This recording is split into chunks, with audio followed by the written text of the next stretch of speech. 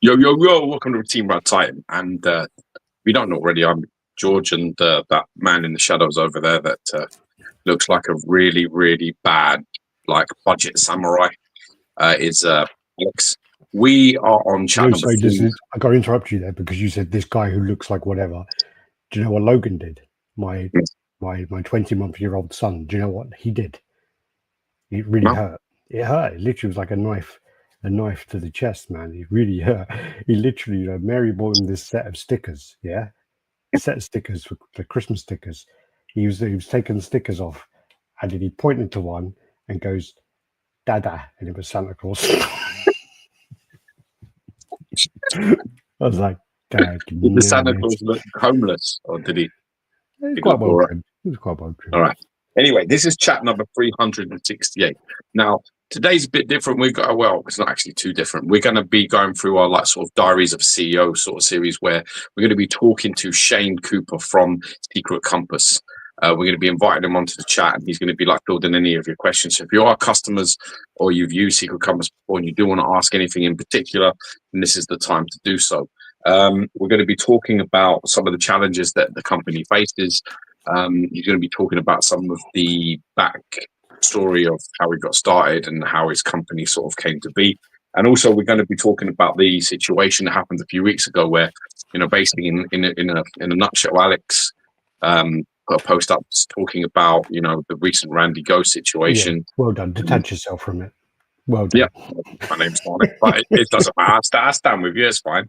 And it was about sort of companies or people, tweet your heads situation, and some distributors that have gone bust or missing, and companies to avoid. Now, Secret Compass was on that list, and we were approached. We were approached by them about, why are they there, and why are they in that company, and so why have their names up there. Hey, we had a good conversation with Shane about it, and he wanted to come on and sort of clear the air and basically say his piece and talk about sort of what, what's been going on and some of the things that he's been dealing with and facing, and reassure his customers about what's going on at the moment. So we're going to have him on to do that. As you know, RaddTitan is an open space, and we're not the kind of guys that say something and talk about something and then basically not give you an opportunity to discuss it, because we're not those guys. So the point is, he's going to come on, he's going to talk about some stuff. And if you have questions, if you used them before, if anything sort of is in your diary regarding them in the past, you can mention it. Maybe he'll give you some sort of closure or understanding. Maybe if you've been worried about using them, maybe he'll clear your sort of head with that sort of situation as well. So we're going to talk to him. I'm looking forward to it. So let's welcome him on, be nice, and let's hear what the man's got to say. Let's bring him in. Here you go, Shane. Welcome to the party, pal. Hello. All right, welcome, Shane. How are you, man? You all right? Good. Yeah. Everything's good. Juggling a few different things right now. There's daily challenges. Yeah, I was just saying, I don't know if you caught the intro, but the point was, you come onto the show today after the post that happened last week where you were named in some pretty scrupulous company. So now you've got the opportunity to sort of tell us all about the situation that's gone on at Secret Compass and reassure that your customers that everything, that some of the critiques and sort of backstory of some problems that you might have had, clear up it. So, it's nice and straightforward, because obviously you were very upset when your name was mentioned on that post, and you wanted an opportunity to come out and sort of explain. So you're here for that exact reason, man. So I'm really pleased that you've come on. You've got some balls to come on and have a chat with us, and I can appreciate that. It's still a mystery to me how we ended up on a list with people who are going under or people who are scamming people. I mean, our company's been in business 23 years now. We've had bumps in the road, from the pandemic to the LED battery regulation situation, and now, of course, the ongoing tariff war. But it's still a mystery to me how we ended up on that sort of list. And obviously things got heated really quickly, because all of a sudden we're on a list. I've got customers, I've got manufacturers, I've got, in a couple of instances, customers that wanted to cancel orders based on what they were hearing, just simply from the flyer without even having watched the show. And it's still a mystery to me how we ended up on that list. Of course, I'm happy to be here, but we shouldn't have been on that list in the first place. Okay. In the discussions that took place immediately afterward, if you Google Secret Compass and you bring up a few bad reviews, yeah, sure, there's something to talk about, but that doesn't put us on the list of scammers. There's a big difference between. There's a big difference between you guys didn't do the best job you could have in customer service, or you maybe have communication skills that you need to improve, and willfully taking money away from customers knowing you are not going to give product. That's what a scam is that you're taking money away from customers knowing you're not going to give the customer the product or the service that they intended. And I challenge anyone in 23 years to prove that we set up some sort of premeditated scam. I mean, what manufacturer that we're representing would be tolerating Secret Compass, representing their name, willfully taking money from customers and not providing goods or services? Sure. Let me just cover that. So the last week's chat was about scammers and about people, and the way it was worded initially wasn't great. That was reworded quite quickly. That was changed, and it was about when the deep dive was kind of done. It was added to more of a companies to do your due diligence before you purchase from, because the way that come up, as you say, is when you do searches on Google. This was the conversation we had. There was a bunch of things that came up, and some of them were very recent, like literally at that time it was something I think from 1 week ago. So literally saying using the words scam and things in there. So when the list was initially brought to me, and when the list was put there, I put it onto the flyer. So that was on me. I did then look into it afterwards.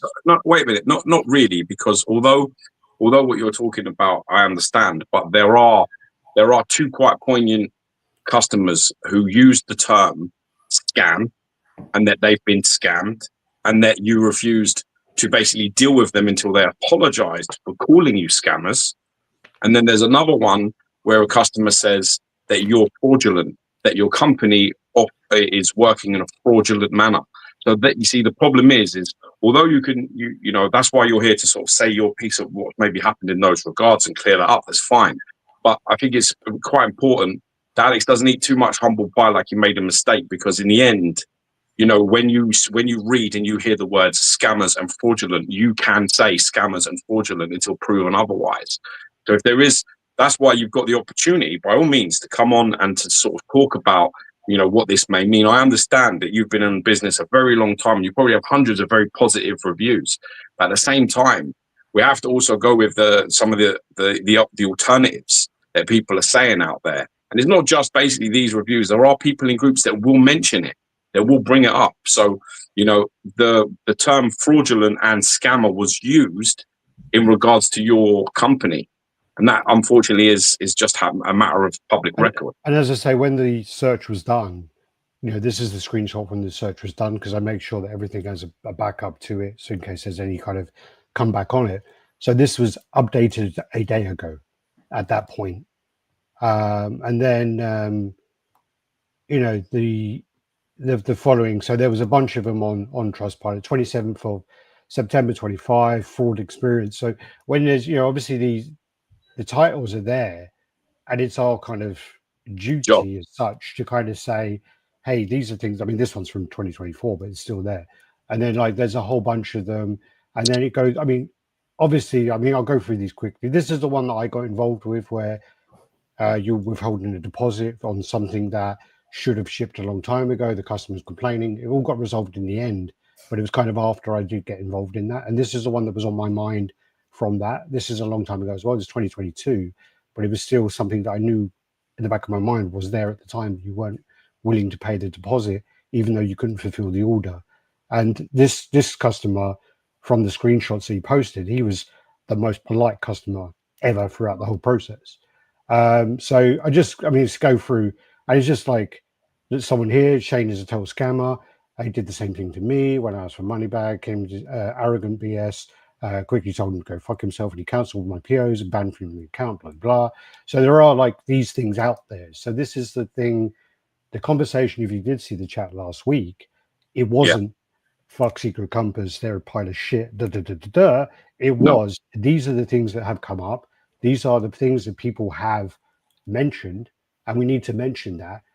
In their defense, I know that you deal with, say, Prime 1, and a lot of these issues are based on Prime 1 pieces.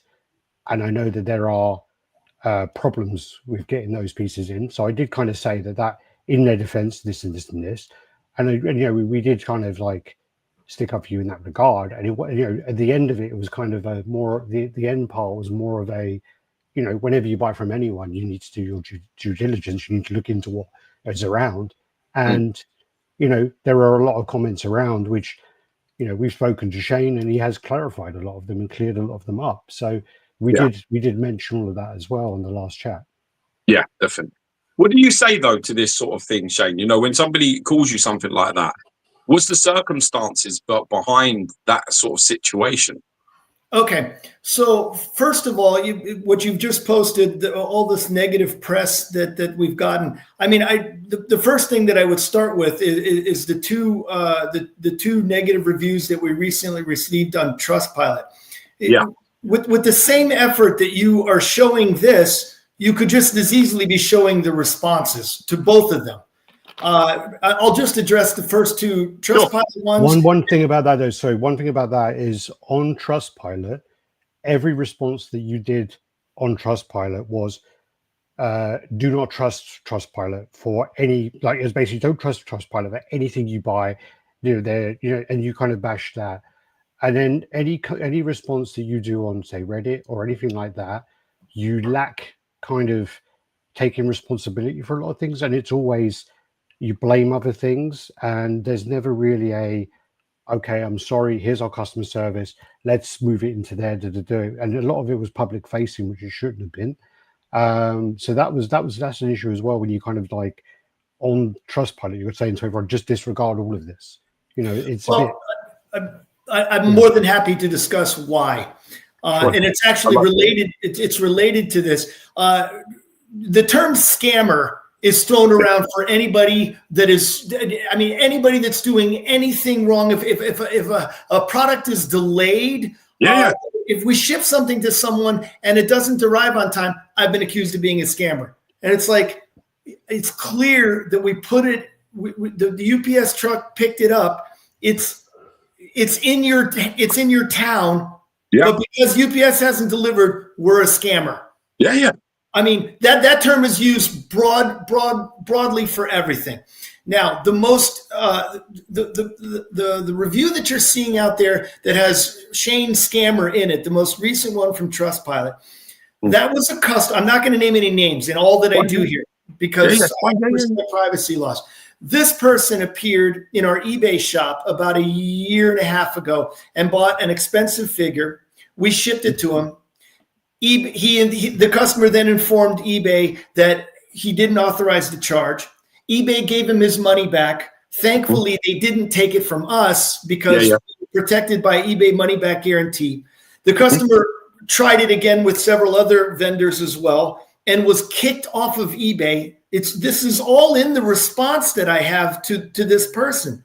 He was kicked off of eBay. He has reappeared over the last 2 or 3 years the last year and a half. He has reappeared. It's a customer in Denmark. He has come with several different aliases. He changes his name a little bit here and there. He like 2 weeks ago, he tried to buy an expensive figure, a J&D figure, and he wanted it to be shipped real fast. And my red flags went off. He was really criticizing us that we didn't get it out the door. And to me, somebody that's in that big of a rush and being that rude, maybe they have a stolen credit card. So I did a little research. I brought up, okay, we did business with this guy before. He scammed eBay. He scammed us. Thankfully, we didn't lose any money. He set up several accounts with us with different names. He wanted this particular, even though he's in Denmark, he wanted it shipped to India. And Shopify, who hosts our website, I checked with them and they were like, there's a pretty good chance this is a stolen credit card. So I told the customer, we're canceling this order. The customer told me he was going to smash my face and that he was going to leave bad reviews, which he did. Now, my problem with Trustpilot, and the reason why and any response that have anything to do with Trustpilot, is that I went to Trustpilot. I said, look, this is a fraudulent review committed by a customer committing fraud who's already been kicked off of eBay. They make you pay. They make you pay money if you Trustpilot, that's what I'm getting to. It gets worse. Trustpilot is trying to sign me up to, they'll remove it if I pay enough. If I get into the tier of paying enough, but it gets even more ridiculous. I told him, you're allowing someone who has committed fraud to soil my name. Yeah. Okay. This is not a legitimate customer. This customer's order was canceled. But it's even worse because in the last week, I've reached out to customers and I've said, please share your positive experiences. Our best customers, because the logarithm shows that we're at 3 out of 5 stars. So I've reached out to a lot of our repeat customers, and our repeat customers, their positive reviews are not being published. They're being asked for their credentials to prove that they have transactions with us. So I mean, a person who was never a customer, who was a customer but had their order refunded, who has scammed us, who's been kicked off of eBay, their negative review is allowed to stand, but customers who are now submitting positive reviews are being asked for their papers. I have to ask you this, Shane. I have to ask you. Obviously, you've been running this company for a long time, right? It was 20 plus years, and you seem to be doing a lot of the stuff yourself, right? You're dealing with customers, you're doing the business, you seem to be, your hands are sort of in a lot of pies, as we like to say in the UK, yeah? Yeah. What I was going to ask you, do you not think that potentially this Trustpilot issue has been brought on by the fact that maybe when you sort of went to them for help and they didn't help you, that maybe you got cross and you had a bit of an argument with them and they're now trying to be difficult with you for that reason? You think that maybe, because really, if someone can leave a negative review very easily, but now with a positive review for your company is being challenged in regards to prove who you are, prove you've done it, it sounds to me very much like a vendetta almost. It sounds almost like what they're trying to do is make it hard for you to come out of this sort of negative response. Is that how you feel? Yes, and if you Google Trustpilot, you'll see it's a racket. They want to force businesses into paying for their service. So by withholding positive and publishing negative and refusing to remove negative, I mean, this is why I turned off Facebook. Facebook, they're allowing anyone to leave a negative review. So if I did something wrong, I've got not only that person's negative review, but their 6 cousins and 12 friends. Yeah. I mean, how can a business operate under such a manner? So I had the option of turning off reviews on Facebook, and you can bet I did, because they're not controlling what people do to businesses when they're angry or they're frustrated or they're sad. So, but to keep focused here, Trustpilot is a business, and they're trying to force me into paying for their service so that I can control the reviews that come and go. But getting back to what's at hand, I mean, don't take my word for it. You can Google it. There are a lot of businesses that are really unhappy with how Trustpilot is conducting themselves. But back to the reviews at hand, I've responded to each one of these reviews. Yeah. And when I found bad press on Secret Compass, I have responded. This idea that I don't take responsibility, I mean, today 3 times we delivered a figure that was one figure was damaged in transit. Another one showed up defective that had missing things on it that weren't in the box. My response to anyone in my inbox: I'm very sorry. I'm very sorry you had that experience. Let me discuss with the manufacturer immediately to get this taken care of. I take responsibility all day, every day, even when it's not our fault, when it's a delivery service's fault. I mean, we clearly dropped it off. I'm sorry that it didn't arrive in perfect condition. We're taking responsibility. We'll pay for your return shipping. You will not be out of pocket any costs to get this fixed, just to your satisfaction. I did it 3 times today. I did it 12 times this week. Now, when it comes to reading bad press online, there have been times when I've said you weren't treated right or something went wrong here. On this Reddit stuff, I just found it maybe a month and a half ago, maybe 3 months ago. I can't remember. I've tried to comment. There's one guy who's being disingenuous. He received his order. Everything was fine, but the box was damaged. But he's making it sound like the item itself was damaged. I asked him several times to clarify. Please tell the truth. The item you ordered was not damaged. You're upset about the box. I'm not entirely sure what happened. We do try to offer box credit when things like that happen. There is one other person. I've asked for more information on the other people who have left negative reviews on Reddit. I've yet to hear back. But I also don't use Reddit very much, so I'm not entirely sure how it works. Depending on the item, though, just playing devil's advocate, depending on the item, the box is part of the value as well. Yes, within reason. Yes, within reason. Now, if you order something from Sideshow, Sideshow Collectibles, and you complain about the box, they'll do their best to replace the box, as will we. If they don't replace it, they're going to give you a $25 box credit. Sure. So, I mean, I know that there are some customers out there that would like to hold the packaging to the same accord as, let's say, a 1977 Luke Skywalker graded card. That's a different world than sending a 30-pound box through the mail and hoping that the box is going to turn out perfectly. It's just not realistic. And 99.9% of our customers recognize that when you ship something that massive through the mail, it's going to rub up against other things. The box isn't going to be perfect. I've seen people complain about the shipper getting damaged, and I'm like, are you an idiot? That is the point of the shipper. Yeah, the shipper is there to. I mean, we as a collectibles company, we've had to respond to that, and we have. I mean, when Hot Toys first started making stuff, we would slap labels right on the brown shipper, which has the art shipper inside, or the art box inside of it, and ship. And people were angry at us about the condition that the brown shipper would come in. Now, I don't want to name any names, but there are distributors out there. If you order Hot Toys, they'll slap a label right on there. We went out, this is 10 years ago. Yeah. We went out and got box sizes that are slightly bigger so we receive Hot Toys in master cartons, usually 6, sometimes 3, sometimes 2. We take that out and we put it into its own cardboard shipper. The cardboard shipper that Hot Toys designed to be shipped internationally, we take that and put it into another box. So all Hot Toys are triple boxed because that's what the consumer wants. Yeah, I got a brand new Beast Kingdom Stanley, and it was sent in the art box, and the art box had you can't do that. I'll ask you a question, Shane. Would you say, obviously, with your business and things, would you say this is like probably the hardest part? The hardest part of like running a business is maybe trying to get it out there to your clients, or trying to sort of put out fires constantly regarding, orders, delays.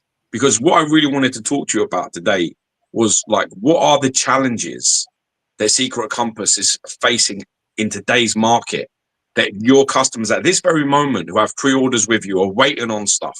Because one of the big things that people will say, and it's all across the groups, they'll say you're the last to get stuff, or if you order from there, it's going to always be last. You'll be the last person to get it. What is your sort of response in regards to? Is it challenges you're trying to overcome with that? Or is there something else? Yeah, I mean, well, first of all, the squeaky wheels are the ones that make the most noise. For every one of those customers, there's 10 others that received it on time.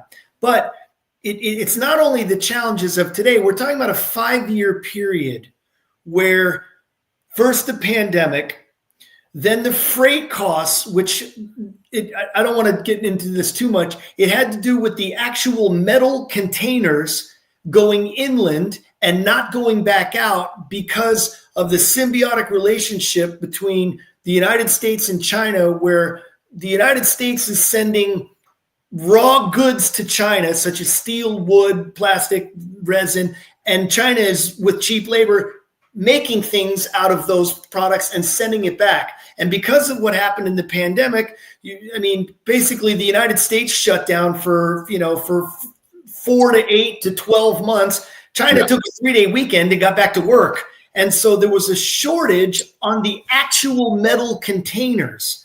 So freight prices went through the roof. Getting freight, I mean, we're talking about, $7,000 a container to now $35,000 a container. So, wow.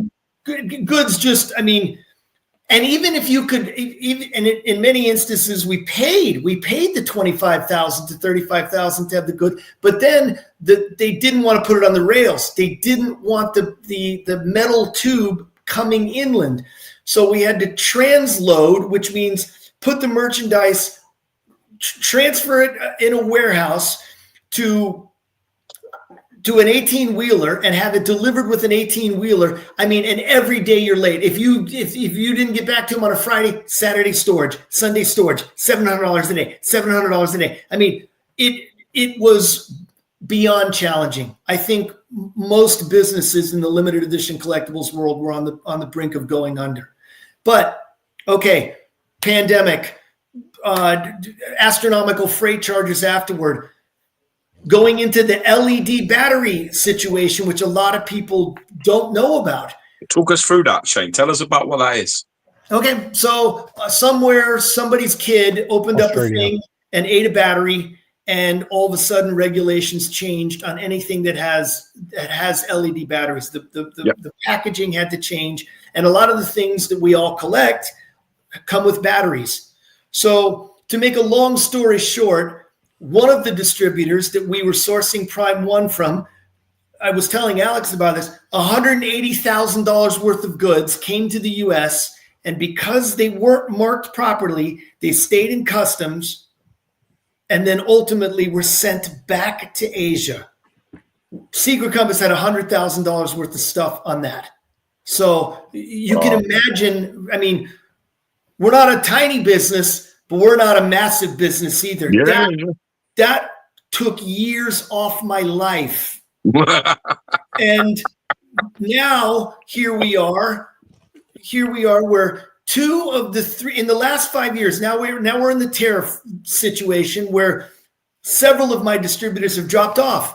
Okay. The way that it works with pre-orders, the life and death of a pre-order. Okay. A manufacturer comes and says, Secret Compass, we're putting this up for pre-order. See what you can do. Okay. Great. We're putting up the pre-order. There's a deposit. We collect deposits. We pay them to the distributor.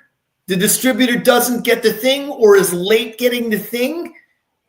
That's a problem. And in the last 5 years, there's 3 big reasons why the distributor didn't get the thing. And as I sit here right now, in the last 3 years, 2 of the 3 distributors for Prime 1 have gone dark. So here I am. I've done my job as a dealer. I've paid the money to these distributors. I'm not going to name them, and I don't have the goods. So what I've done. Go ahead. Sorry, I didn't want to interrupt you. You were power. Let's go. You said. And so what we've done now, Prime 1 does not like to work with just anyone. No. You've really got to, it took a long time for us to establish a relationship. And obviously my first order of business was, I need all these things that my customers pre-ordered that I don't have. But by then, some things were sold out. So of course, working night and day, we'll refund your deposit. If there's something else that you like, we'll discount something else of your choosing. I'm still today in that seat, trying to source things, because occasionally Prime 1 and other manufacturers, they'll have somebody who they were reserving product for that goes under, and so we can get it. There have been instances where I asked 6 months ago, the answer was no. The answer 2 months ago was yes. So all of a sudden I can get 1 or 2. So all of this has taken years off my life. And yes, there are customers that ordered Prime 1 that we were the last people to get it, or we didn't get it at all. I know of one particular customer, the one that I believe that Alex just flashed up on the screen. There are no conditions where there has never, and I challenge anybody to bring it to me, there has never been a situation where we absolutely cannot get something and were refusing to refund a deposit. That never happened. In that particular instance, which I believe is out on Statue Forum, the distributor assured us it's coming. It's coming. It's just late. Yeah. What happened during the pandemic caused a lot of delay. It's coming. The distributor's refusing to refund. So I'm telling the customer, look, I can't get your money back. I know that I am responsible for this transaction. Yeah. Can you choose something else? I think in that particular instance, I was having a really desperate week. Like, please choose something else. What you want is coming. I'm 100% certain we're going to get it. Yeah. But we don't have. I don't have it now. So, could we improve? I think Alex is right. In my private discussion and in this discussion, yes. In this discussion as well, yes. Secret Compass could improve. Many times when I read bad press, I don't react as well as I could. And I accept that criticism here. And today, as I did a week ago when I talked to Alex, yes, in many instances, I come off, I'm frustrated because, I mean, I'm not getting that. I thought I would do, but I'm not getting it. I'm not getting, I think what I'm getting is passionate and probably a little bit where all of that, you seem to be, all this responsibility seems to fall onto you. You seem to, you know what I mean? It seems to be you're being let down from left, right, and center. But you're the one. I think that's where maybe your frustrations may lay. But if there's something that I can control, and if I could show you guys 3 examples this week, 2 of them today, where we did not deliver what the customer ordered. It arrived damaged. It arrived defective. 100% responsibility. We are the merchant in charge here. We're the ones on the front line. You paid for this to arrive. It did not arrive in a satisfactory condition. I'm going to work right now for you to make this right. So I think there was a question there. There was actually a pretty good question, which is, go back a couple of comments, Al. Which one? There was one which was like, okay, so if that's happening, why are you still able to pre-order? So why keep pre-ordering and selling new ones? That's the question that's been put forward. So if you're having that problem with, like, certain distributors and certain pieces, why are you still able to do that? Okay, is that Collector's Own? Is that a competitor or is that a private citizen? No idea. Probably it's. I mean, I don't know who your competitors are. Right. So, I'm not going to get into names, but I'm seeing this on my screen. So why keep pre-ordering and selling? Well, first of all, we've established. If you have a problem with, like, let's say, for example, a particular piece, and it's being delayed, or it's not coming, or they've gone dark, like you say, can people still go on your website and maybe buy that same piece if it's on your website for, like, to order, or is that just not the case? Well, yeah, we're putting up new prime. Not new. That's not what I said. Not new, but, like, let's say, for example, you're waiting on some things. Would it be available for me to go on and buy, even if you're having problems receiving it, or is that just not the case? If we can still get the product, yes, the pre-order will still be up. Let me give you an extreme example. Okay. Please, So a Jurassic Park license was out there for a few years, Chronicle Collectibles. Yeah, okay. I remember. Oh, yeah. They had a handful of other licenses as well. Okay. They went out of business. Yeah. I'm not going to get into why they went out of business, but we said it here first. We did. Yeah, we funny enough, I got sent an anonymous email with all these legal proceedings regarding the liquor, the line they went down with the liquor side, and the person they partnered with, and somehow this was like 4 or 5 years ago now. He was able to. They signed an agreement with this guy to do the liquor side of things, the Star Trek liquor, and basically he done something and then acquired the whole business from under them. It was some really weird thing that happened, and then obviously then they didn't deliver, and then it was all like, obviously the guy, I can't remember his name now, the big guy. Oh Jesus, I can't remember his name, but he basically lost the company. Okay, the reason why I'm bringing that up is because I've been doing this 25 years and I genuinely want customers to get what they ordered. I mean, I'm standing in the same lines as you guys. I'm just as excited about many of the same things as you guys are excited about. And I genuinely want customers to get them. Now, as I told customers, as soon as Chronicle went under, I knew people in Chronicle that maneuvered over and became part of a new company and brought some of those products with them. So I sincerely said, okay, if you want your money back, I'll give you your money back. I think that this is going to be re-released by a new company that has formed within the ashes of Chronicle Collectibles. Sure enough, 3 years later, the products that some of the products that Chronicle were selling were picked up by another manufacturer who we are representing today. So, and same thing with like Oniri. Oniri went out of business. Everybody lost their minds. Everybody wants their money back. Fortunately, we didn't do that much with Oniri, so it was only a handful of customers. Yeah.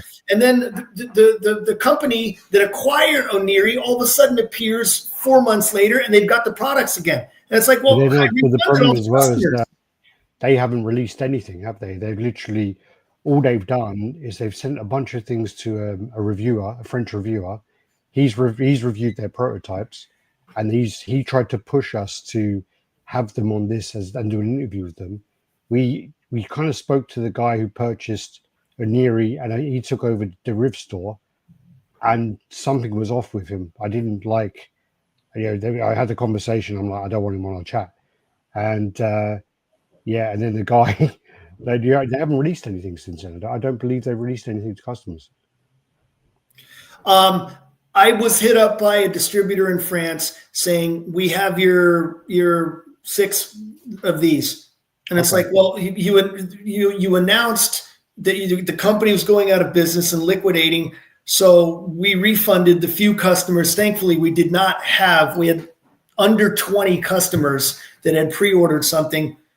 We refunded because the company went out of business. If I can't get something, I have to refund. That's a bottom line here. If I can no longer get something that I have up for pre-order, I must, and everyone must refund the customer immediately.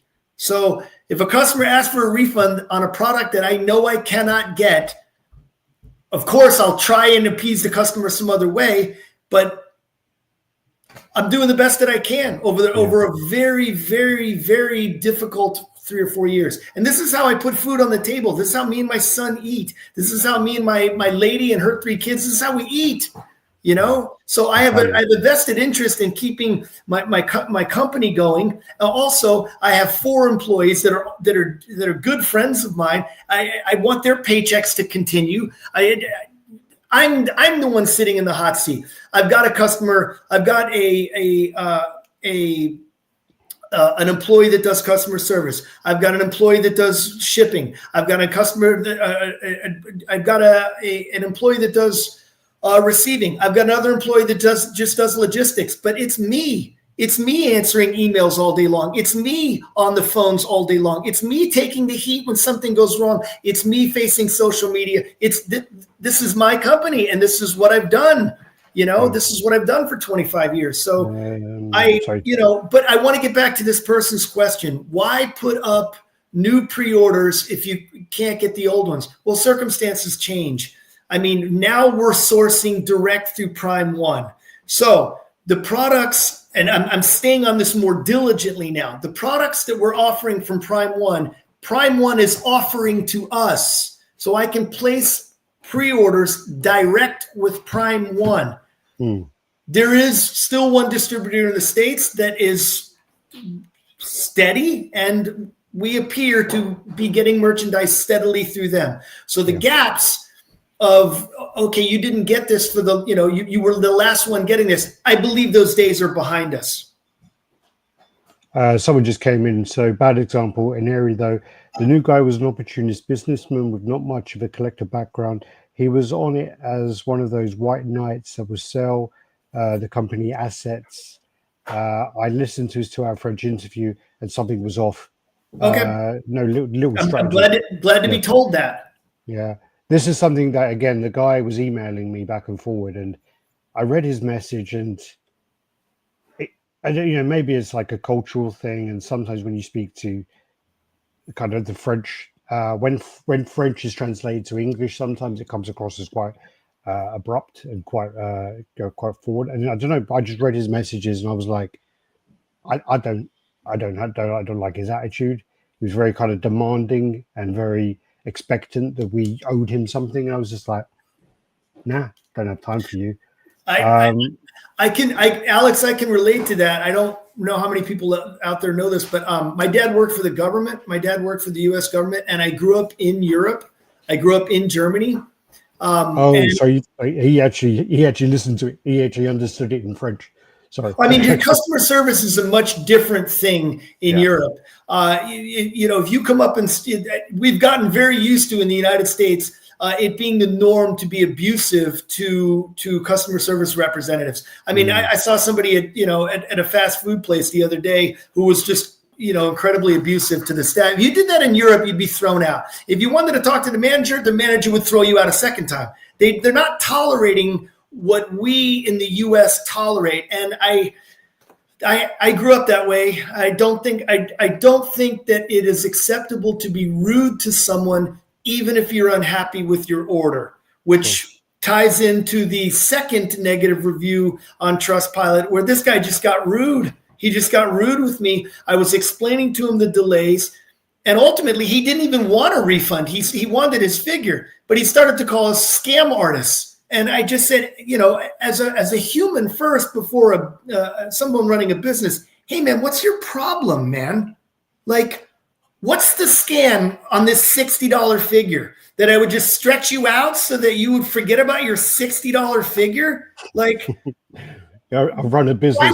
Why would I be replying to all of your emails right away, explaining to you why this is delayed? What sort of, it would take me more energy to come up with a scam than to tell you the truth.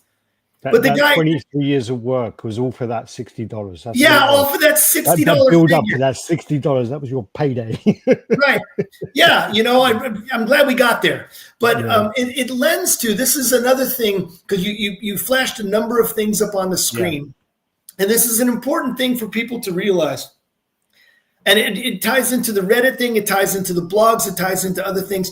Now, customers all day, every day in all markets have unrealistic expectations of what they should be getting in terms of doing business with someone. All day long, we deal with customers. My box arrived damaged. Okay, what can we do here to take care of you? I want a 50% refund. Well, we're not refunding $500 from a box. The customer leaves angry because he expects $500 for a refund because his box was damaged. Now that customer doesn't like Secret Compass, which is okay. That's okay. We cannot please everybody.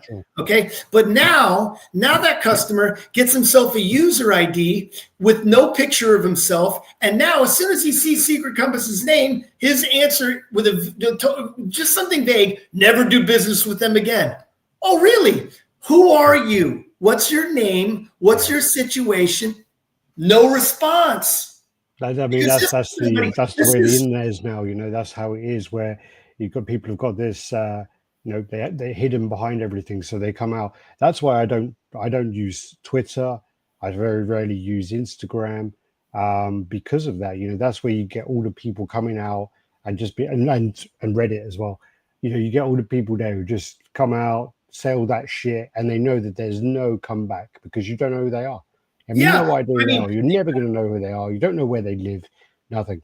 Unfortunately, it's really fucked up the world. I mean, you got people on Instagram who just have they have no picture of themselves. They just have a user ID, gobbledygook, and they can just say the most racist things on earth to people and with no repercussions. What are you going to do? You're going to go after gobbledygook with a picture of a sunrise?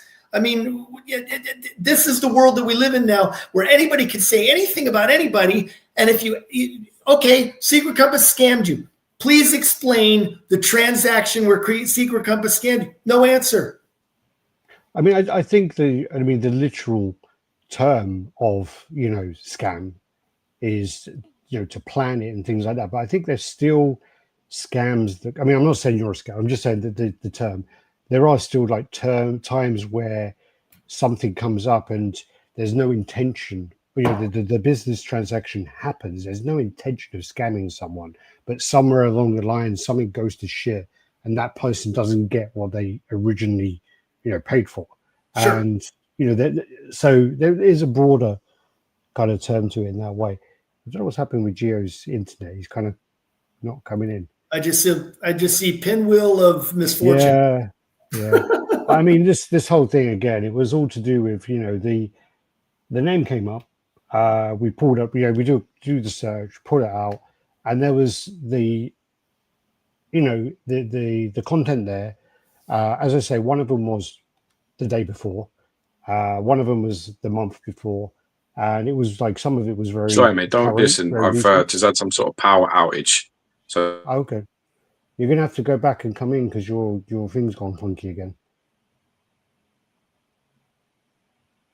Okay, I'll kick him out there. No, I think he's having problems with his internet.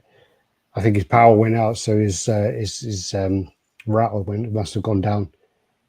So where was I saying? So yeah, I mean, and again, so I did pick these things off because I did the search. I typed in Secret Compass scam. I typed in Secret Compass avoid. I typed in all these things, and these are the things that came up. And there were a collection of them. So it did become, whenever you do business with anyone, no matter who it is, you need to do due diligence on anyone. Even when people buy things from me, I've been in the hobby, not as long as you, but I've been in the hobby, say, nearly 15 years, it must be now. Yeah. And, even when people, they buy something from me and they go, I'll send you a PayPal gift. And I go, you're going to send me a PayPal gift? You never bought anything from me before. And goes, oh yeah, but I've seen you on YouTube and And I'm like, that's up to you. If you want to pay me a gift, that's fine. But don't pay people gift you don't know. Be careful. What is wrong with you? There is a trust there, and I understand that you see my videos, but still, you don't know me. Did I miss anything juicy? Because he told me to go fuck myself. I just happened to be like underneath my stairs, like with a torch, turning on all my powers. I don't know what happened, man. He said, now Geo's gone, he can't protect you. Now I've got something to say to you, you can't. Listen, believe me, no one was more scared than me, worried about you on your own, you fucking idiot. Don't worry about that. George, I was just making the point. I'm not sure if I made it with you, just briefly to summarize. The world that we live in now, any terrible person can get themselves onto Instagram or onto a blog or onto anything, and with a user ID that nobody can recognize, they can hide in anonymity, and they can just say whatever they want. And like I was explaining to Alex, I mean, I'm sure that there are lots of customers, hundreds of customers that have had unrealistic demands in our 25 years. For example, again, Shane, this arrived with a damaged box. Okay, what can we do for you? Can we do something? Yeah, I want 50% refund. Well, we're not giving you a 50% refund because the box is damaged. Oh, fuck you, Shane. Okay, all right. So I guess we lost that customer because they have an unrealistic demand. Now they pop back up on whatever blog. And the only comment that they have, I saw several of them, which were flashed up on the screen. Never trust Secret Compass, total scammers. Okay, what can we have a conversation? What happened to you? Well, I'm glad that you see it in that way, because you should understand what exactly we're doing. The same, right? That's the point. Yeah, sure. You're always open for a dialogue. So at the end of the day, no matter what, if we see like scammer and fraudulent and fraud, and we talk about it, the door is always open to come and put it across, because I think it's really important. Because the bottom line is that, you should always be able to say your piece and be able to sort of justify your situation. It's never going to be the way that we are, the way that we are. The channel was built on integrity. So at the end of the day, it always is based along the lines of, you can come on and we'll talk about everything and we'll go through it. and we'll explain why you were like sort of put in that category. And I will give you absolutely every opportunity for as long as you need to basically state your situation. And I think that needs to be important. Not about giving you like a roasting or a hard time. And anybody, and believe me, it's very easy to frame people how you want to if you're that way inclined. Sure. It'd be very easily to just shut the door and just say, this is our opinion and we're sticking to it and we don't want to talk to you. And but that doesn't help anybody. Whole objective is the community, right? One thing that we don't ever want to see is any company put in trouble. And we do recognize, believe me, we recognize the power that we have, because many people that have gone after us and abused us in any particular way, they've lost licenses, they've lost their business. So we know the power that's there if we choose to use it. So the point is to use it for something good. Yeah, of course. We'll be able to have an open forum where people can come in and say, listen, I understand what this situation, but this is what I'm dealing with. This is my problems, what I'm having. And maybe the framing isn't always fair. And like you say, anybody can come on there and basically say anything they want to say. I appreciate, I am grateful, very grateful for the opportunity. Particularly things got heated because, you know, this is how I feed my family, and this is how I feed my employees. We never mentioned any of the conversation happening. We didn't. We didn't mention any of that. Guys, at the end of the day, I mean, I was telling Alex, I have a friend who his son wants to start an ice cream truck. And the friend wanted me to talk to the boy about opening an ice cream truck. Business, and I told the boy, if you want to open an ice cream truck, you're probably not going to be profitable your first year or two. And you don't know your suppliers. You don't know your customers. You're going to be eating a lot of fucking ice cream.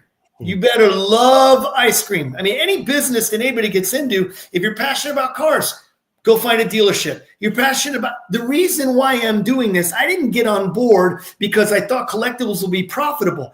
It wasn't profitable in the beginning. When I started in 2003, I would buy stuff from manufacturers. Okay, MSRP $80, cost to me $47. I couldn't get $60 for it.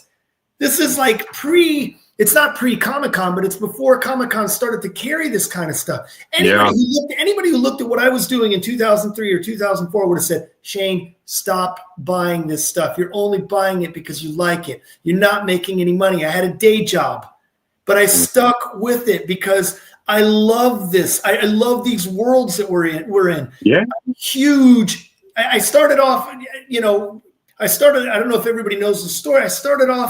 I went into Best Buy, which is a shop for electronics. I went into Best Buy to buy a Lord of the Rings box set. And it came with the two little I bought the deluxe box set, which came with the two little Argonaut bookends. This was 2002. Right, with the hands up. Yeah, exactly. And I thought to myself, I had a little mail order catalog. I was bringing in CDs and DVDs and stuff. And I thought, man, this reminds me of the action figures when I was a kid, but they're done so much better. And I got at the time, Weta was being distributed by Sideshow. And I got online and oh my God, I started to just buy stuff as a fan because I thought it was so cool. And then the little light bulb went on over my head. And I wonder if I could get on board and I could put some of the stuff in my mail order catalog, which was just a side business to my day job. And that's how the story started. But I mean, I just went and saw the new Tron movie 2 times. I'm a huge Tron fan. I'm a huge Mad Max fan. Bad reviews. Yeah, but all of the movies did. The original in 1982 got bad reviews. See, I really like Tron Legacy a lot. Like, I'm a big fan of that movie, right? So I'm hoping that this one is sort of the similar type of thing.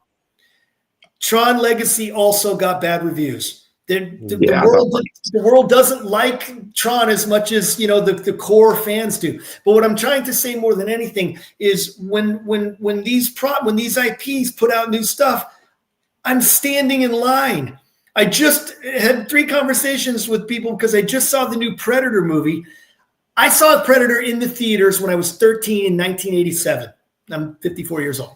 Of course, loved it because Schwarzenegger and everything else that was happening at the time.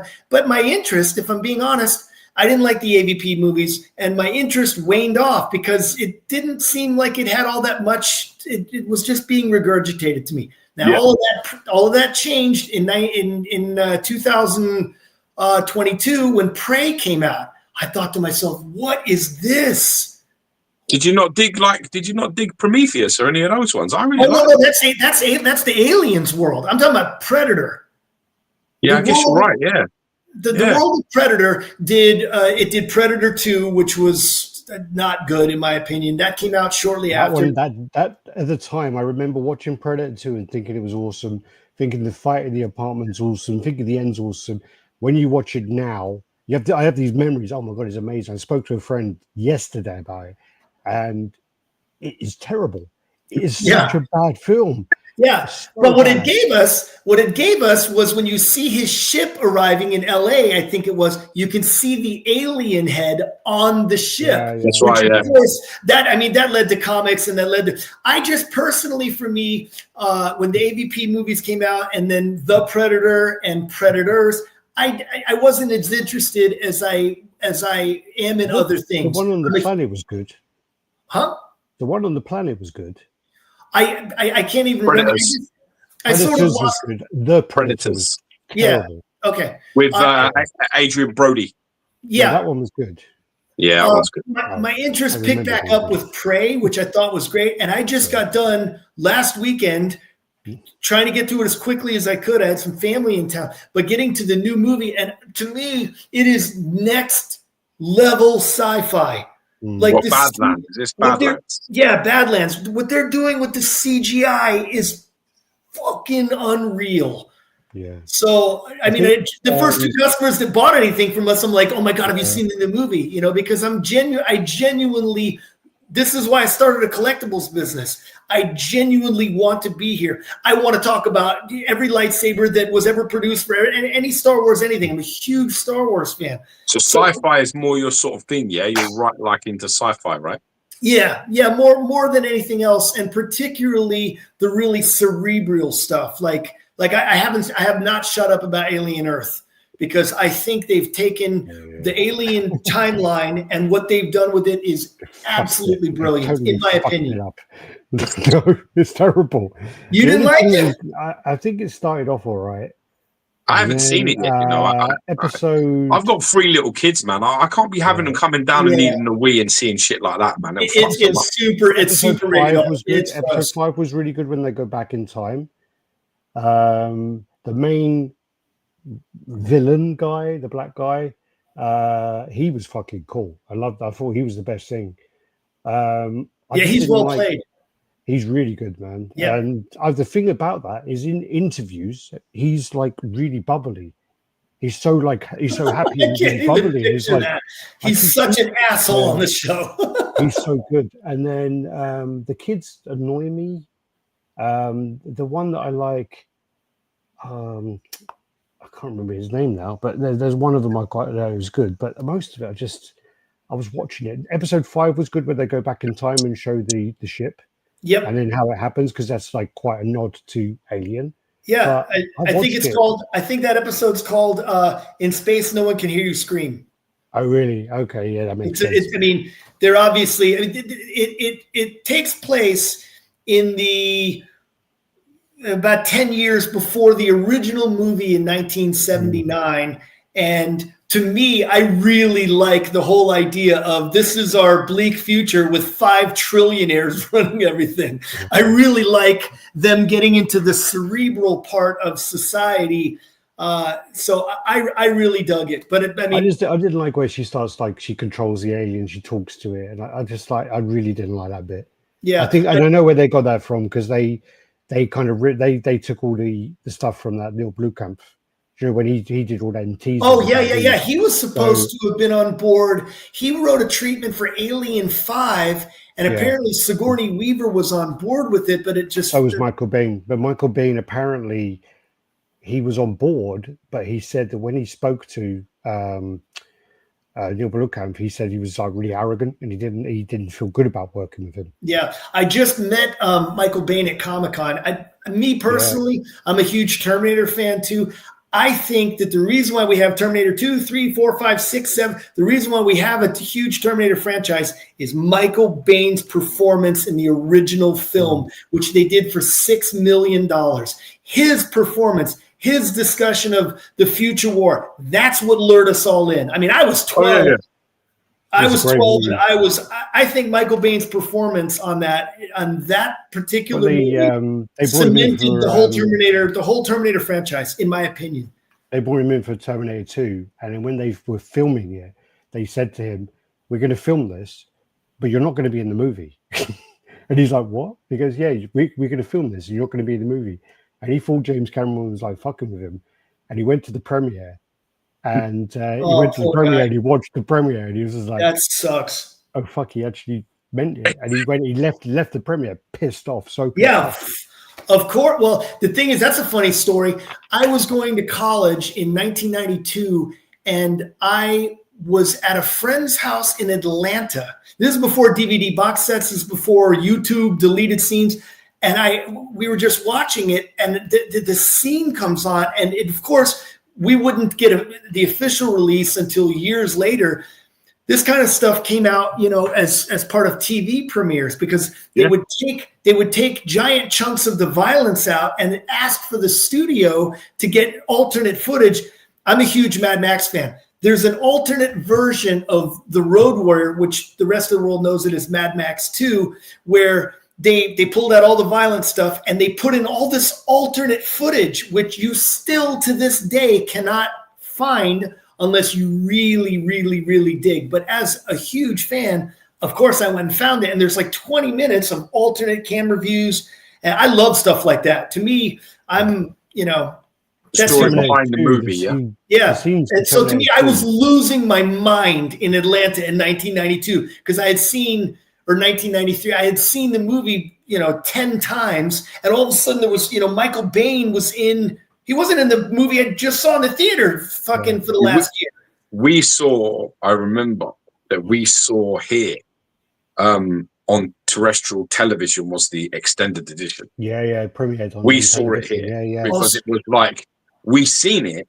And then when they released the movie, we were like, where the fuck's that bit where she's taking the chip out of his fucking head? That's really important. Yeah. Where's that fucking bit from? And everyone was like, you feel like you're in an alternative universe because people are like, what do you mean? That doesn't happen. And same thing in Aliens. They cut out, like, obviously we all know now, they cut out like half an hour of the film. So much so that the theatrical version actually doesn't make sense. When they're sealing themselves into the med lab, they know that aliens can smash through. Why are the aliens going through the ceiling? Because those turret guns, which they cut out of the theatrical release, they emptied those 4 turret guns and they went down to like the last, 20 rounds. And so the aliens are coming into the roof because they don't want to deal with the turret guns. But you don't realize that you don't see that part. Because you didn't see that part in the theatrical release. In Aliens, I think it is in Aliens, where they do the 15-minute countdown, it's actually 15 minutes or 10 minutes from the point they do the countdown. When they do the special edition, it's still 10 minutes, even though there's like different footage. Yeah. So either way, it is actually to the timer. I'm happy to be living in an era where you can put out a 3-hour movie, and if you have a story that's worth telling in 3 hours. I'm also an Avatar fan too. I'll sit there for every one of the movies, as long as they take. I love the movies. And so for me, you get a 3-hour movie and you might get a 4-hour DVD, or not DVD, 4-hour Blu-ray or streaming cut. I love the fact that we're in an era now where, a director can connect more with the fans that want a little bit more. And I'm a big fan. To me, if I love something and there's more footage of it, hallelujah. Like all the stuff that popped up. Oh, no. That doesn't always work out good because I love Leon, and then the director's cut really fucks it up because he They did cut the octopus scene out of Goonies because it is truly a pile of shite for a scene. You using our English words? He nicking them words from shite. You need to be up north in the UK to use shite with us, bro. You need to be a Man United fan to say shite. Pile of shite. It's a terrible scene. That's why they cut it out of the film. What we do then, so let's get back on topic because literally if we start doing this. No, I think we'll go forever. We are really going to be here all night. Okay. Because I would like to finish before Shane goes. I definitely would like to hear what he would like to say in regards to anyone that's sort of worrying about ordering from Secret Compass. Like anyone that may be thinking to themselves, oh, fuck, I'm going to wait forever, or, you know, maybe I'm going to get shouted at if I have a complaint, because, you know, that's pretty much the basis of, you know, like 90% of the complaints are around them sort of features, which is like you either going off on them for some particular reason, or them feeling like, you know what, I'm not getting what fucking I should do on time or whatever else. What would you like to say in regards to that? So that was going to bring a little bit of reality check to the situation. Sure. Obviously, you know, if we're delayed in providing customers what they ordered, they're going to go someplace else. It makes no sense from a business standpoint, from a personal standpoint. Customers cannot, they're going to go somewhere else. And a lot of customers, you know, are being frustrated. What's happened in the last 3 or 4 years, I say to you, I have recognized that we as your dealer have not provided the goods or the service as quickly as we should have, and I have taken enormous steps to try and correct that. Consumer confidence is a big part of what we need to go forward, and obviously I want customers to be able to have confidence in what we're doing.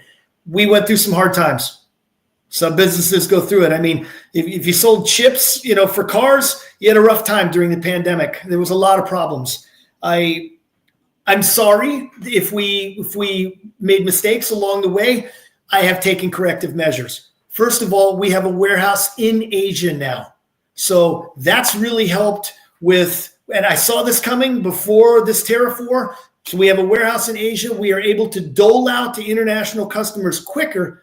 It does not make sense to bring, if we have an international customer, to bring it to the United States, deal with all the problems, only to ship it back out. Particularly from Australia. Why in the world would we do that when we can quickly pick up the goods, store them in our warehouse, get it to Australia much, much, much cheaper? And Southeast Asia, same thing, much cheaper. Why bring it to the States to ship it back to the customer? Doesn't make any sense. No. In regards to us getting stuff late, I don't believe we must have 1,200 listings. I don't believe that there's a single thing on our website right now that we're advertising that I know we're going to get later than usual. I don't believe so. I believe that I have corrected all of the problems for current pre-orders. Now, there may be products left over, particularly Prime 1 products, that we're still seeing if we can source what we ordered through distributors that we're not getting. So there may be some leeway. But new pre-orders that are up now, I feel 100% confident we're going to be getting it within the same 1 to 2 month period as other distributors.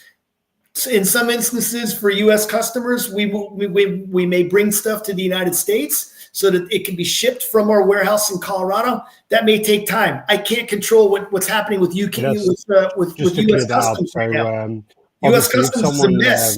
If someone orders directly from Prime 1 and they pay the premium and they pay the air shipping, you are obviously going to get it the fastest you can possibly get it. If you're going to get it through a distributor that needs to bring it into your country, then they're going to need to ship it via sea. And when they ship it via sea, it's going to be they're going to need to fill their container. Once they fill the container, it's going to be the 6 to 8 weeks from that point. And then from the port, it's going to need to be sorted. And then, you know, so there will be that 3 month kind of process from, you know, the point of if you were to ship it via air. So just to clarify that. And we're not always in many instances, we're not going to be the fastest. I mean, the Hot Toys arrangement in the United States, there is one distributor who is legally allowed to bring Hot Toys to the United States. One. I am by legal definition, I cannot and will not circumvent this distributor to go get Hot Toys directly. It's not going to happen. I've been told so legally. The only way for me to get Hot Toys is from the U.S. Just about every Hot Toys release, there's always somebody, I got it from China. I can't go get it from China. That's not a brand I can go get from China. Now, that's not an enemy you want to make, really. In this anyway. Exactly. I'm carefully choosing my words here. yeah, I mean, this is how I put food on the table. I mean, there are lots of things that I could get into with Secret Compass that I can't, because the first thing that's going to happen is the official rights holder is going to be in my inbox or in my phone immediately telling me to move and move quick. So I'm running a legal business that is on the surface, and I am bound to legal agreements. So we may not get hot toys fast. I'll get them as fast as the one U.S. distributor gets them. That's as fast as I can get them. So I've gotten into conflicts with customers before, where if the customer wants it, they're an influencer and they want it yesterday, and I can't supply it as quickly as they want, and they leave angry. I don't like being first. Yeah, I really don't like being first. As reviewers, we did in the beginning. And then we learned quickly that that's not the best thing anyway. It's not the best to be first, because that's when you get all the issues. And there's been a few statues where, because of the reviewer receiving it early, that it's been corrected by Sideshow. And by the time we've got it, it's been corrected. So, for example, the Sideshow Modern Thor that came out a long time ago, it was really, really wobbly. And they had to produce like a little rock that you put under the base to stop it rocking over. Oh yeah, that's right. So that was due to Victor Rosario, who basically rest in peace, brother. And he got it first, and it was fucked. He got it first, and it was like literally he had it on the table, and it was just doing that. He had to I think he had to hold it in the review because it wouldn't stand. And then Sideshow produced this rock. Yeah, underneath it, keep it balanced. God. Yeah, the manufacturers go through challenges. I know some of them personally. The distributors go through challenges. I know some of them personally. At the end of the day, everyone involved, I mean, I don't know anybody that's in it just for the money. I really don't. They may exist, but everyone who I've come into contact with at Comic-Cons, who go to these events, we're all in it because we love this stuff. I mean, it's nostalgia driven, and there are other things that have nothing to do with the limited edition collectibles world that I'm passionate about. I was a street skater in the late 80s, and I'm passionate about the movement that I was a part of. I was a musician in a former life before I ever got on board with any of this stuff, and I'm very passionate about the music that I made and the scene I was part of. And I've lived my whole life this way. And to me, I want nothing more than to provide. I want every customer to be happy and thrilled with their product, not only because they purchase from us, but because it reminds them of something fun from when they were a kid. That's why I started this business. I think that's the perfect note to sort of end on, Shane. So I appreciate you coming on here, lad. I genuinely do. And sharing your thoughts with us, and also talking through some of the challenges that your company goes through and the things that you have to overcome just to get things into people's hands. And I hope you understand, that, we'll continue to always be the voice for the collectors, because that's what we do.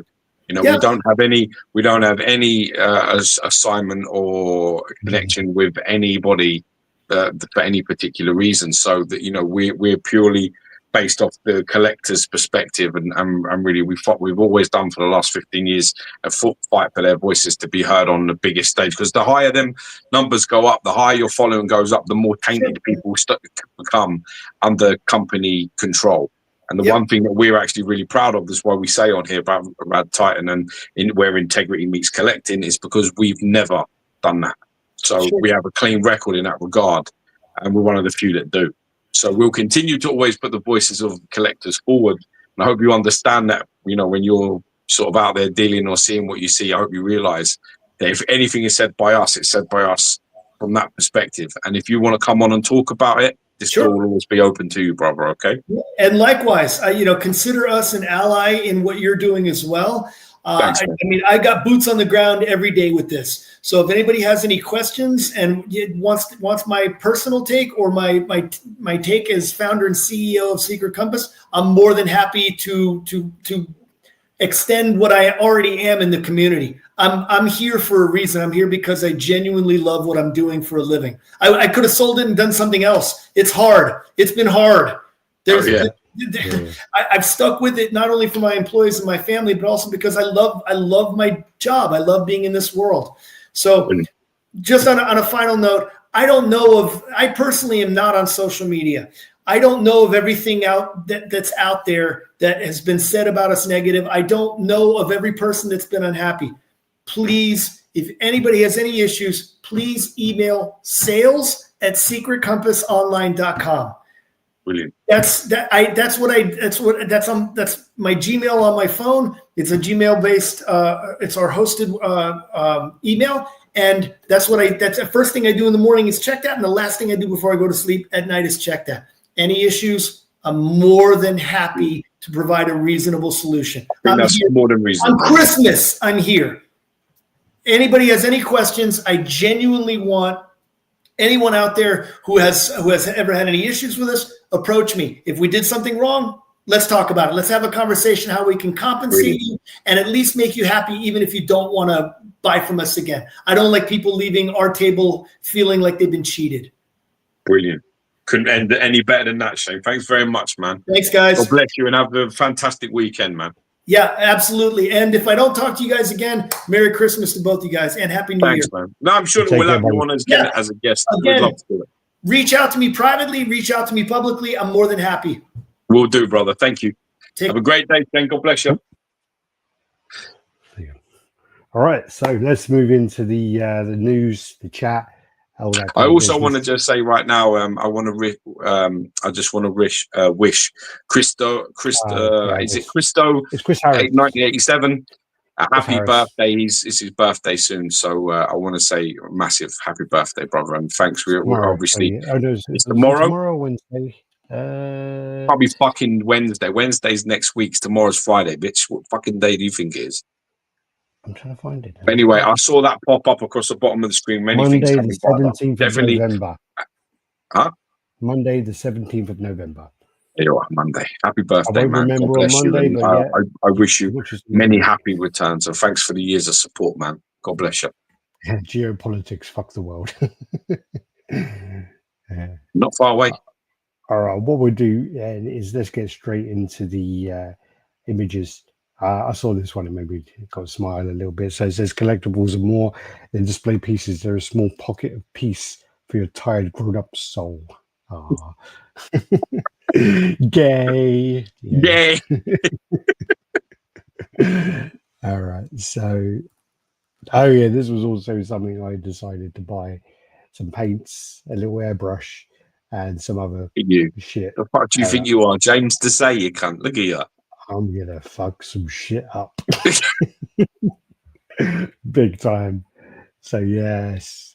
So if you want me to repaint your statue and you don't want it to look any good, then I'm your man. Yeah. This is you now. Oh yeah, I just wanted to say that Harvey Singh sent me the box with the transaction for Archangel's completed Wolfpack. So this is the box. He couldn't find it like the day before we were due to do the transaction, so he sent it like it took him a couple of weeks to get it. But there had the two portraits and the additional pair of wings. Pictures here. Huh? We've got 512 pictures. So next week, let's go, man. Let's go. We've got about 35-40 minutes. So this is the long head portrait, really nice portrait from Eric Sosa. This so really nice job. I like this. This is what's on it at the moment. Actually, it's quite elegant. It's quite a nice little portrait. Would have been a bit shit if that didn't turn up, wouldn't it? It'd have been proper shit, yeah. My son keeps asking me to put that one on it. That's a death mask portrait. Oh, yeah. Keeps saying, when are you going to put a death mask on it, Dad? When are you going to put the death mask on it? I'm like, yeah, I will. I'm enjoying the hair at the moment. Yeah. That was nice. It was nice. Yeah, it's nice. And that's him with the hair on there. So everyone loves a little bit of head, you know? Yeah, that's it. I got this guy in, and he's fucking massive. He's big, man. I've got him here, and what's he like? About 23, 24 inches, isn't he? He's big, man. Should I do it? Measure it. No, I'm not gonna do it. I'm gonna break it because he's got like some little weird plug on it. He's like the figure is like just that for the figure, so he's quite big. And he's kind of crouched a little bit as well. But the actual figure's really nice. The base it's a bit shit. That base is all right, ain't that bad, but it needs something. But it needs Warham fucking moss. I've got some actually. I've got some on the way. Get it on the way. I Get also it don't fucking like. I done. also don't like nameplates. I'm a real. Yeah, hater I'm not a fan of that either. Yeah, but yeah, it's nice. Really nice piece, and for the price, I can't complain at all. Can't complain at all. There you go. Oh, there's my little teddy bear. Yeah. So that's my youngest son there, and yeah, I got into a lot of trouble for opening this up in front of them. My wife did not talk to me for about 3.5 hours. I think it's the longest that she's never fucking spoke to me. Yeah, the eyes light up. Well, this one doesn't, but they normally light up. Yeah, so this is the doesn't. ATF one. This is the Berserker Wolverine. So this is the battle damage life-size Wolverine bust. This isn't my personal piece. I'm the middleman in a transaction regarding this piece. So this is me unboxing it. So you can see I got that out in front of my fucking 3.5-year-old twins and my 7-year-old son. Yeah. Because I basically found, let me just defend myself. I basically found that it had like DHL fucking repackaging tape on it. So I panicked and I was like, I need to see this. And I completely forgot for about 5 minutes that it was like well gory. I pulled it out. Now listen, my sons are my sons. They were like, oh, that's so cool. That looks so real. And then my wife's like, what is it? And she looked at it and she was like, oh my fucking God. And then didn't talk to me for about 4 hours.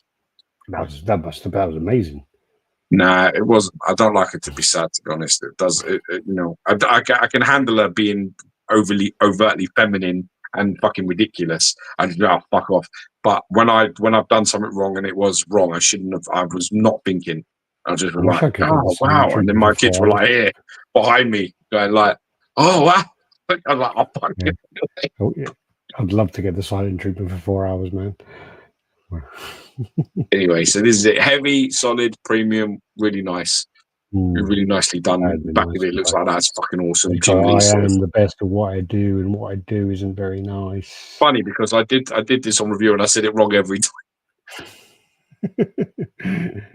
Because I say ain't instead of isn't, because I don't like the way isn't sounds.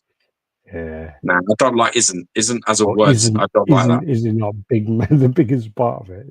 Yeah, but I don't like it. I prefer, I'd like ain't. I'm the best at what I do, and what I do ain't very nice. I like that, but I don't like isn't. Is it isn't very nice? Is it isn't? I said ain't. It is. Isn't. It ain't. Is it? Or is it? Nah, it is. It is. I'm sure that's. ISNT. Yeah. Yeah, I'm sure it isn't is the right word. But even on the review, I was like, ain't. I was like, I ain't saying it that way. I was like, fuck, I don't care. When I zoom out, that looks like an A. It does, yeah, but it isn't. It's maybe you did a bit of both. Maybe it is ain't. Nah, it isn't. You can. I'm trying to see stop being an idiot. It isn't. All cross-eyed trying to look at that. It's like fucking magic eye or whatever. You know? But anyway, that's it in my hand. That was well hard to hold. Yeah. That was quite hard to hold, man. Honestly, it weren't funny. I was like resting it on my stomach. I was like, oh, this isn't fucking good. Yeah, you wouldn't be able to do that with the Venom one. I'll tell you that. That'd be big fucking tart. So yeah, you can see the busted face and the adamantium sort of skeleton coming through this. It's fucking well good, man. It's really nice. Obviously, it's too gory for something that I could keep, but it's fucking well nice. Yeah, I mean, even for myself, I don't like Wolverine beating up that much. Yeah, you don't like your boyfriend getting hurt, do you? No, I don't like it. It's very nice though, man. It's really well done. The thing I like about it as well is this is one of the reasons why I have this bust is because I have the Wolverine bust. Sorry, is because he doesn't have eyes. Yes. So like all of my life-size busts, don't have eyes. I prefer. I've got three Spider-Men. They don't have eyes. I've got the Iron Man up there. He doesn't have eyes. The Galactus doesn't have proper eyes. Wolverine, the Guyver, none of them have eyes. I don't like eyes. It's just creepy because it's really creepy. No, but it's good because you don't like get the angles wrong. No one can be boss-eyed if they don't have eyes. Yeah, well, they don't have the pupils and iris, and yeah. No, it's cool. It's very cool. It is really nice, man. So quite deep as well, isn't it? Yeah, it's not like a joke. It's like it's big size, man. Yeah, big old thing. If it ain't, it ain't isn't. Maybe it ain't isn't. Also, he says my base for the thing needs plenty of rebar. You go fuck off. Savage.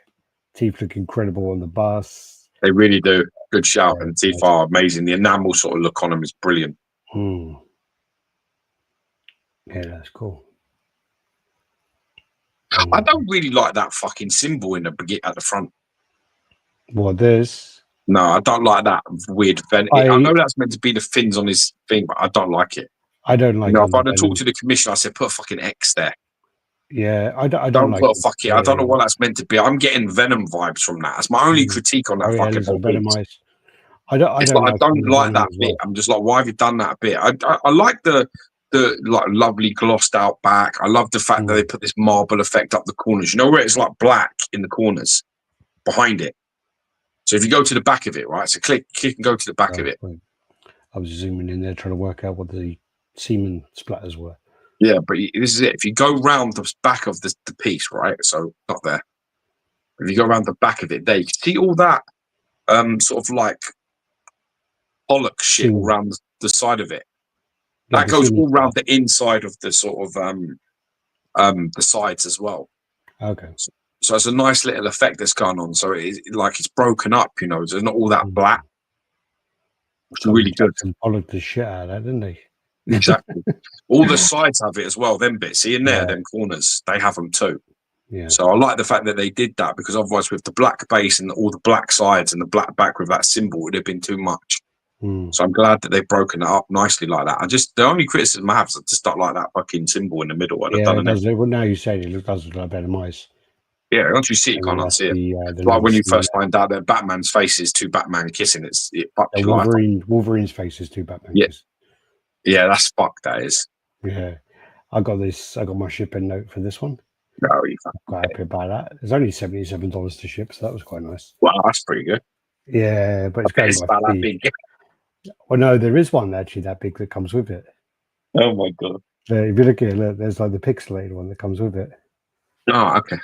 Yeah, little one there. Look. Saw the unboxing of Moon Knight the other day, and I'm still a bit like, I don't know. I need to watch it again. I really. That's my final call of the unboxing. This one's for Happy JCG Art, because he was saying about do I even have the Venom? So this is my box room, right? One of them. And then if I zoom in, there you go. There's my Venom Arise, one of my boxes. So just to make you feel better, it's still there. I have already calculated that that's going to reach 500. Well, the funny thing is I told him in one of the posts that he was wrong with his number, and it arrived in like August 2024. Right. Or maybe even June or July 2024. So I said, to you, you're way out anyway on your number. Oh yeah, this is back to Geo's Godzilla Corner. Oh, fuck you. Here you go. So this is the 70th anniversary edition, where you've got all the Godzillas all kind of huddling up. I don't like this. Don't like it? No. Okay. And then you got I don't like it all. The bronze one as well. Fuck, I do like the no, I don't really. Alex, don't ever open the Venom Arise. I need to open it, because now I'm thinking to myself, someone posted they're selling the Venom Arise and it comes with 3 boxes, and I'm like, yeah, maybe I didn't get those fucking plugs that go in when you take out the all the shit, you know, and you put the plugs in the back. It's like, god damn it. Off topic, but I picked up a battle damage D46 Terminator. Oh wow, clean version from Hot Toys. Pretty impressed. Nice. Okay, come back here. I need to pee. God damn it. Yeah. Oh, and Funko apparently are like 240 million in debt. So apparently they're looking to go under, and Mondo, you know, are owned by them, aren't they? Because they did a weird thing. They bought out Mondo and then they cancelled all the posters, didn't they? Really weird. Because that was the thing that was successful about Mondo. But it must have been like licensing or distribution or something, you know. I think Geo's been cut off again. These are then the Iron Studios. I quite like these. These are like the black and white, so like the original kind of style. And Yeah, these are Iron Studios 1/10 black and white version, and then you got the Leonardo and the Michelangelo, and then my dog's just walked in. Well, come up then. I'm not going to go get you.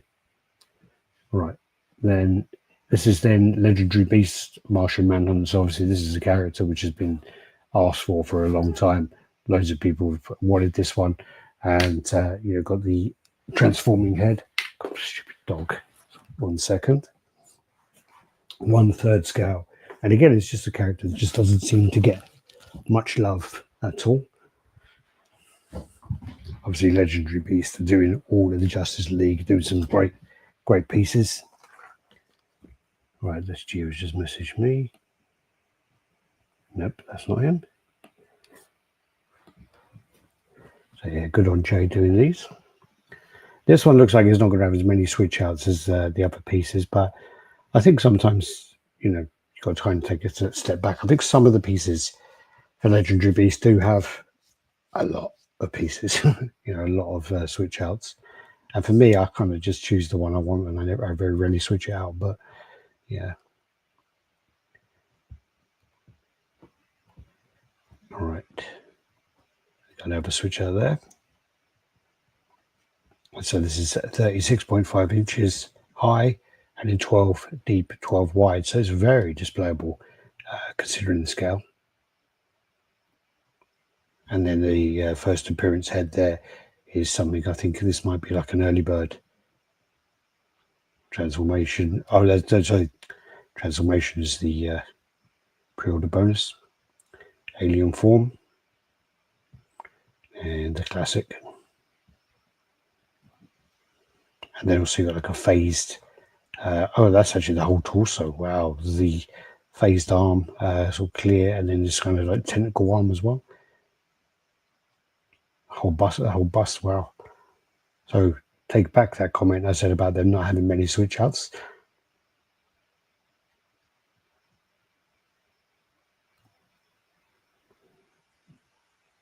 Additional secondary torso. There you go. And you get the bust there as well. That's great.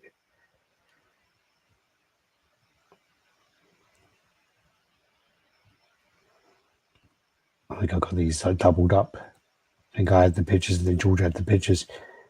So yeah, that's all you get. And then you got the Hush Catwoman. So this again, quite a lot of love. A lot of people really like this one. Legendary Beast Martian Manhunt came out better than the Flash. Yeah, 100%. Totally agree. It's the X version, so you get the busts, the heads, loads of bits here. She looks beautiful. Stunning piece. I don't think the price was that terrible either on this one. A little hidden there of all the treasure.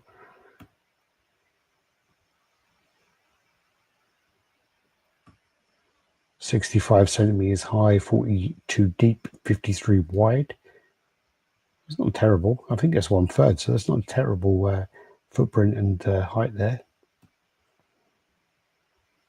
Don't like that one. Not a fan of that one. Not that one. Then you got the movie Superman with Krypton. So this has come out, I think it's like $13.99. So the price weren't too bad on this one. Sure, Murray was definitely all over that. So LED base and the I don't even know what that thing is on the back. Stuart's going to come back. I've actually got talking about. I'm not unboxing things. I'm using currently in front of my sofa. I've got my second monitor resting on the Superman Sideshow box. I still haven't opened that, so I've got to get onto that as well. And they've improved the likeness on this. I still haven't got around to watching that movie. I'm not in any rush at all to watch it. Not in the slightest. What I'm going to do is I'm going to go through these, see what's next, and I might just wait. I'll do these teasers ones because otherwise they're going to be like a bit kind of expired because we're going to show the stuff that they've got. Deja Forest half scale. So this was from a couple of weeks ago anyway, and then we just started doing. So this is PCS. The half scale line, obviously, with Chung Lee and Vampirella have done pretty well. So this is looking into doing the eyelashes on there. The Venom bust, which is up for pre-order at the moment. You got all the symbiotes all around him. Null on there as well on the deluxe version. And then gone up for pre-order today is actually the Grid alien from AVP. This piece is really nice. I mean, Franco Colissimo sculpted this, and looks really cool. It's got a switch out bottom jaw, which has the mouth closed and then the mouth open, and then also switch out tail, which has the tail cut off, as happens in the movie. I'll get to the end of the PCS ones and then I'll stop. So that's where the tail's been cut off. Yeah, really, really cool piece. Half scale, and considering it's half scale, it's like 42 inches high, and the price point I think is 2,300 at the moment. Let me double check it, because with the early bird it might be cheaper. So it's 2,070 with the early bird pricing. So yeah, loads of detail there, looking great. Hopefully we can deliver that. I think I've got all the pictures here. So yeah, the skulls on the base, 42 inches high, 22 inches wide, 29 deep. Yeah, Grid Alien. Someone made a comment today which they said, why isn't this called the Net Alien, as that's what happens in the movie? And I go, well, first of all, it's called down to licensing, but secondly, it's kind of doesn't really sound as cool to be called the fucking Net Alien, does it? So that's the concept by the Kaharic brothers, which they also did the Krang. So that's coming very soon. The 1/3 scale that goes with the Teenage Mutant Ninja Turtle Legends. And that's the tease for the Krang. And then also Michael Myers sold out the deluxe version. I've got the Pinhead coming as well very soon. And that's the little tease for that. This is 1/3 scale Pinhead. And then this is also K-Bros. They Kaharic brothers posted this early, so we've got the Predator coming as well, half scale. And then this is a better picture, which is the Sideshow video. So this is the for scaling, and also I just think the lighting was much better on the Sideshow video for it. It looks great, really good. Michael Myers. We'll stop there. All right, I'm going to leave it there anyway. So Geo's abandoned me, probably had another power cut, needs to pay his bills. I want to thank everyone for joining us. Thanks Shane for coming along, and also a big thank you to our sponsor today, this display box. So as you see, my display case is behind me. That's by Moducase, and display box are the UK distributors. So definitely check them out, and give them a message if you're interested, and they'll be able to discuss the product with you. And if you have any questions, do go to them. I'm not very good with the promotional side. That's normally Geo. But yeah, thanks everyone. Take care, and we'll catch you on the next one. Take care. Bye-bye.